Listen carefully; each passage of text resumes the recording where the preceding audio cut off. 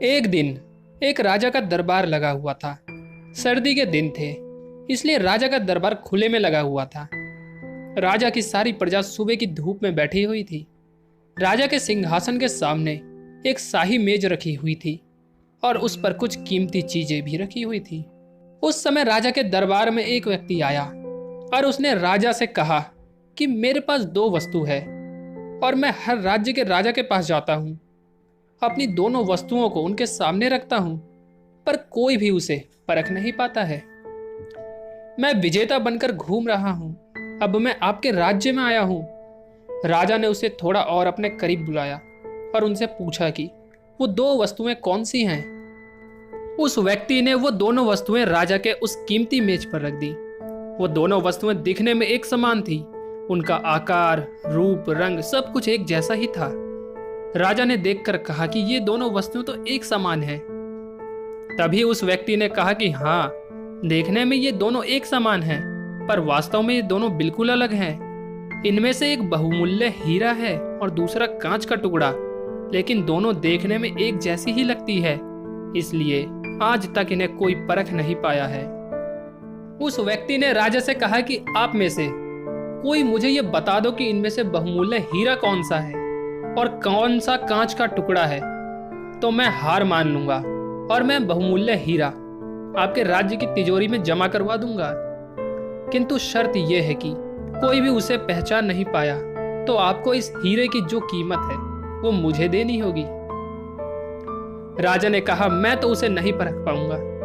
राजा के जो मंत्री थे, वजीर थे, जो सभा में उपस्थित थे, वो सब ने उसे परखने से इनकार कर दिया, क्योंकि अगर किसी ने गलत उत्तर दिया तो उससे राजा का मान भंग हो जाएगा। कोई भी व्यक्ति उन दोनों वस्तुओं के बीच में क्या अंतर था वो परख ही नहीं पाया। थोड़ी देर के बाद राजा की सभा में थोड़ी हलचल हुई और एक अंधा आदमी हाथ में लाठी लेकर आ रहा था। उसने कहा, मुझे राजा के पास ले चलिए। मैंने सारी बातें सुनी हैं और ये भी सुना है कि कोई भी उस दो वस्तु में से हीरा कौन सा है ये परख नहीं पाया है। आप मुझे भी एक अवसर दीजिए। एक आदमी के सहारे वो अंधा आदमी राजा के पास पहुंचा।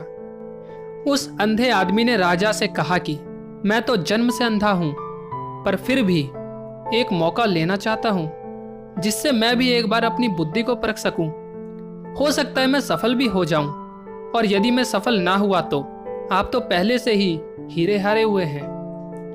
राजा को लगा कि मुझे इसे एक अवसर जरूर देना चाहिए, और उन्होंने उस व्यक्ति से कहा कि अच्छा ठीक है, मैं तुम्हें एक अवसर देता हूं। उस अंधे आदमी को दोनों चीजें छुआ दी गई और उनसे पूछा गया कि इनमें से हीरा कौन सा है और कांच कौन सा है। उस अंधे आदमी ने एक क्षण में बता दिया कि यह हीरा है और यह कांच है।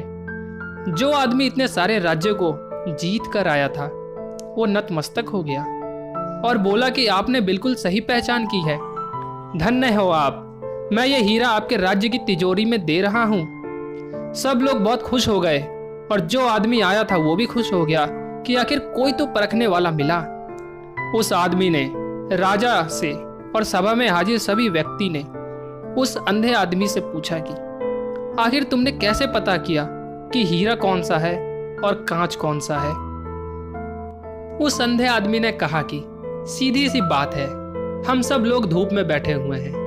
मैंने दोनों को छुआ, जो ठंडा था वो हीरा था और जो गर्म हो गया वो कांच था। ये कहानी हमारी जिंदगी से जुड़ी हुई है। हमारी जिंदगी में भी दुख, तकलीफ और परेशानियां आती रहती है, लेकिन उन सारी तकलीफों और परेशानियों में भी जो इंसान ठंडा रहता है, जो इंसान खुश रहता है, वो इंसान हीरे के समान होता है। लेकिन जो इंसान दुखों के आ जाने पर घबरा जाता है, बहुत ज़्यादा दुखी हो जाता है और टूट जाता है, गर्म हो जाता है, वो इंसान कांच के समान होता है। अगर आप ये चाहते हैं कि आपकी कीमत हीरे के समान हो, तो दुख और तकलीफों के आने पर कांच के टुकड़े के समान कभी भी गर्म मत होना, बल्कि हीरे के समान आप हमेशा शीतल रहना। वीडियो पसंद आई तो लाइक जरूर करिएगा।